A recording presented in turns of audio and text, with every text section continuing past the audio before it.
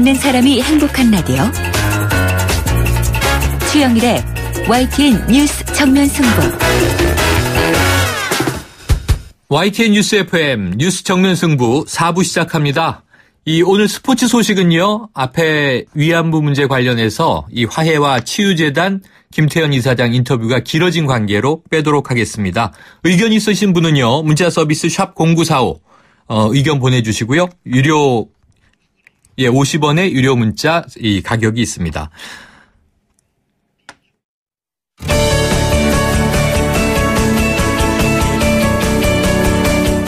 (5년) 뒤의 우리 경제? 지금 알 수 있습니다. 트렌드로 본 대한민국 경제.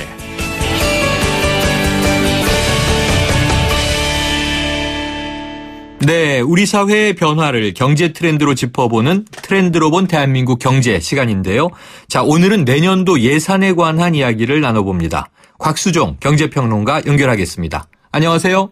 네, 안녕하십니까. 네, 이 정부가 내년 예산안을요, 올해보다 3.7%가량해서 편성했던데요. 네네. 올해 예산에서 3.7%가 늘어나면 이 400조 원이 넘는 예산인데, 그렇죠. 이렇게 늘었을 때 타격은 없겠습니까? 이번에 추경이 한 11조 3천억 정도 생각을 했었죠. 네. 그리고 2016년도 예산이 384조 한 5조 정도 되니까. 네. 사실은 2016년도 예산도 400조를 넘는다라고 보셔도 되지 않을까 싶습니다. 추경을 포함하면 그렇겠군요. 예. 그러다 보니까 이제 2017년 예산, 정부 예산이 이제 400조가 처음으로 넘는다라고 했는데, 요거는 이제 추경을 뺀 부분을 이야기하는 거니까. 네. 아마 추경을 2017년 경제 상황이 어떻게 될지는 모르겠지만, 제 개인적으로는 다시 추경을 해야 되지 않을까 생각을 하는데, 경제가 그렇게 녹록지 않아서요. 그렇다 보면 아마 410조 정도 되는 규모의 예산이 나올 것 같다. 그렇게 되면 아마 처음으로 우리나라 정부 예산이 400조를 넘는 그런 해가 되지 않을까, 그렇게 보시는 것 같습니다. 네. 자, 이 400조 원이라는 예산 규모를 놓고요, 이게 슈퍼 예산이다, 아니다, 논란이 있던데, 네. 그러면 어떻게 보세요?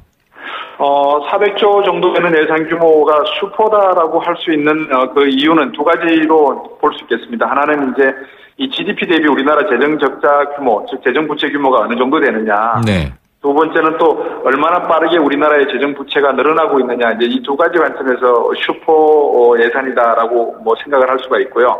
또 한 가지 방법으로는 이 많은 예산의 돈이 어디로 각각 집행되려고 하는지, 얼마나 많은 돈이 필요해서 이렇게 많은 규모 400조가 넘는 게 되느냐, 이제 총량적인 의미에서 놓고 볼 때에 슈퍼 예산이다, 이렇게 평가할 수 있는데, 글쎄요, 이제 후자부터 말씀을 드리면 400조라고 하는 것 중에서 10에서 15%가 청년 일자리와 일자리 부분 창출에 기여할 가능성이 높다라는 이야기를 하고 있어서요. 네. 그리고 첫 번째 부분, 제가 이제 증가율이라든지 재정 부채 GDP 대비 규모를 놓고 보면 우리나라는 한 GDP 대비 41% 정도 되고 있고, 증가율이 한 9%가 채 못 되는 상황인데, 이거는 뭐 선진국에 비하면, 특히 중국에 비하면 매우 낮은 숫자다, 그런 의미에서 놓고 보면 속도나 증가율은 슈퍼라고 할 수는 없지만 우리나라 경제 규모에 비해서 네. 총량적 규모에서 놓고 보면은 아마 400조가 넘으니까 슈퍼라는 말보다는 좀 대규모 예산이다, 이렇게 표현을 할 수 있을 것 같습니다. 그렇군요. 자, 이 정부는요, 경기 부양을 위해서는 이 확장적 재정정책 기조가 필요하다, 이런 입장인데요. 일각에서는 예산이 늘어나면 결국 그만큼 빚이 늘어나는 것 아니냐, 우려의 목소리도 있어요. 네. 실제로는 어떻습니까? 우리나라의 정부 부채 비율이 GDP 대비해서 앞에서 말씀을 드렸는데 한 41% 정도 된다고 보시면 다른 선진국에 비해서는 그다지 높지가 않은 규모입니다. 보통 뭐 유럽 재정 위기가 났습니다만 100%가 넘는 상황이지 않습니까? 그리고 일본 같은 경우도 GDP 대비 200%가 넘는 게 총 부채 규모인데 우리나라는 한 41%가 되고, 가계와 기업 부채를 포함한다 하더라도 한 80% 내외에 있는 수준이기 때문에 아직까지 재정을 통해서 경기 부양을 할 필요성은 있다면 그렇게 재정 확장 정책을 통해서 경기 부양을 할 가능성이 있다, 이렇게 보는 것 같습니다. 그래서 금리도 낮추고 있지만 금리만 가지고 통화 정책, 팽창 정책에 경기 부양이 되지 않는다면 재정 확장을 통해서 또다시 한번 경기 부양을 시도해 보는 것도 재정적인 여력이 있을 때 가능하지 않을까 그렇게 정부는 보는 것 같습니다. 네. 그리고 이제 정부가요. 먼저 일자리 창출에 중점을 두고 이 관련 예산을 10% 늘렸더군요. 네네. 이 중에서도 이 청년 일자리 예산이 15% 이상 크게 늘었는데 네네. 자, 이제 결국 청년 취업난을 염두에 뒀겠습니다만 좀 실효성이 있을 것으로 보세요?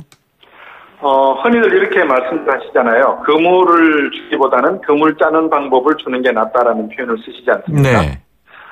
청년들에게 일자리를 줘야 된다는 것은 당연한 논리지만 어떤 방식으로 일자리를 줄 것이냐, 정부 예산을 늘려서 일자리를 만든다는 것은 임시 방편은 될 수 있겠죠. 왜냐하면 네. 정부가 예산을 늘려서 공무원직을 늘린다든지 아니면은 청년 수당과 같은 일종의 청년들에게 보조금을 지급할 수 있는 방법은 있겠지만 경제 성장 없이 일자리가 창출될 거라고는 생각지가 않거든요.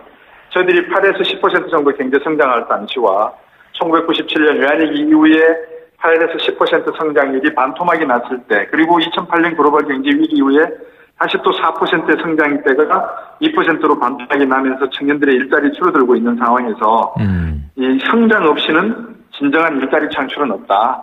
정부가 재정 팽창을 통해서 국민들의 세금으로 일자리를 늘리는 것은 임시 방편에 불과하다. 이것을 언제까지 가져갈 수 있겠냐라는 문제를 놓고 보면 결국은 그 실효성이라든지 합리성 측면에서는 설득하기가 어렵지 않나 저는 그렇게 봅니다. 네, 그렇군요. 자, 눈에 띄는 부분이 있더군요. 이 모든 군부대와 의경 생활관에 에어컨을 설치하겠다. 올해 네. 폭염 영향일 수도 있겠습니다만 이 국방이나 노인복지 등의 예산이 전반적으로 늘었어요.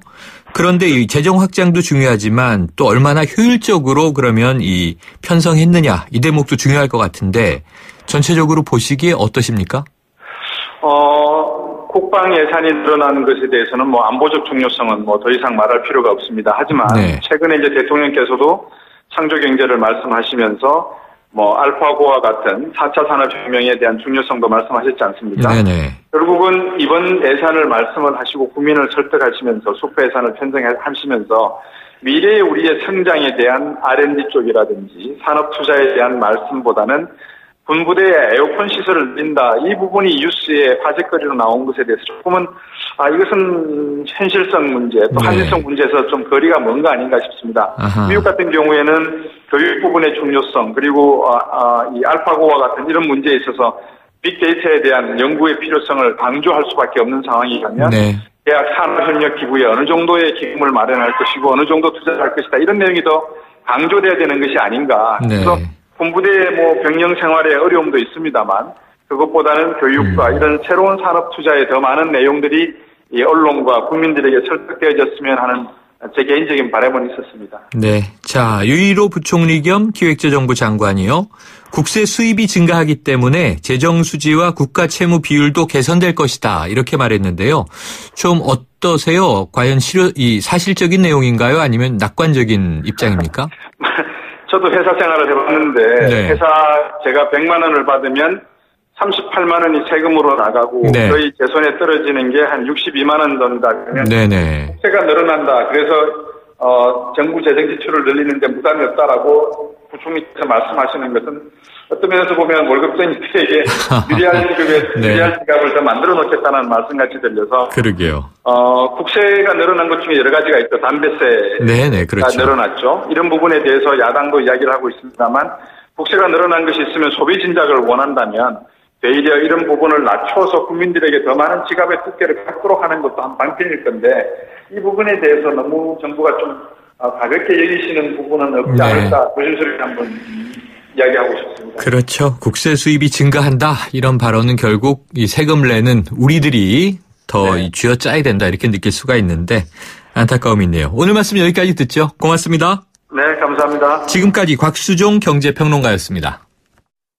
더 넥스트 스파크 한국자동차 산업협회 기준 2016 상반기 경차 판매 1위. 감사의 마음으로 준비한 혜택. 스파크를 구매하는 선착순 5,000분께 100만 원 할인. 지금은 스파크 전성시대. 60개월 할부 이용 조건. 이자율 4.9%. 할부원금 500만 원 이상. 8월 31일까지 홈페이지 참조. Chevrolet, find new roads. 어라, 성주형 요즘 잘 벌더니 냉장고가 2대네? 한 대인데? 위아래 문이 4개인데? 야, 문 4개가 요즘엔 대세야. 너도 바꿔. 롯데 하이마트 냉장고 대전. 특가에 캐시백, 무이자 카드 혜택까지. 혜원아, 냉장고 바꿔줄게. 하이마트로 가요. 8월 5일부터 29일까지 자세한 행사 내용은 매장에 문의. 요즘 사장님들 사이에 떠오르는 화제가 있었으니 바로 현대캐피탈 상용 차리스. 처음엔 안 믿었죠. 포터, 봉고, 마이티, 카운티에 솔라티까지 다 된다고 하니까. 초기 세금 부담 없고 월 납입금도 할부보다 저렴하고. 부가세 환급도 되니까 부담이 확 줄었다니까요. 하지만 여기서 끝이 아니다. 리스료 최대 3달 무료 혜택까지. 이제 트럭, 버스도 부담 없는 현대캐피탈 상용 차리스. 1588-5211 또는 현대기아자동차 전시장으로. 연체 이자율 24%, 중도해지 수수료율 5에서 40%, 승계 수수료율 2%, 리스료 무료 한도 차량가의 6%, 자사 할부 기준, 자세한 사항은 상품 설명서 및 약관 참조. 과도한 빚 고통의 시작입니다. 튀김할 땐 행복해표, 볶음할 땐 행복해표, 요리할 땐 꼭 행복해표. 부침할 때 행복해표, 구이에도 행복해표, 행복해표, 해표 식용유. 행복을 요리할 땐 해표 식용유. 자, 오늘도 오르나민 씨로 생기발랄하게 출발하세요.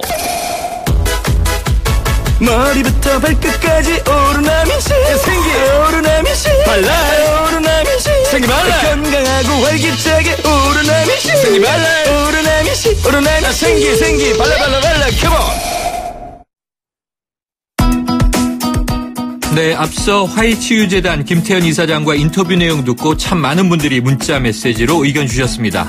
9887님, 정말 너무하시네요. 위안부 할머니들을 2번 죽이시는 거 아닌가요?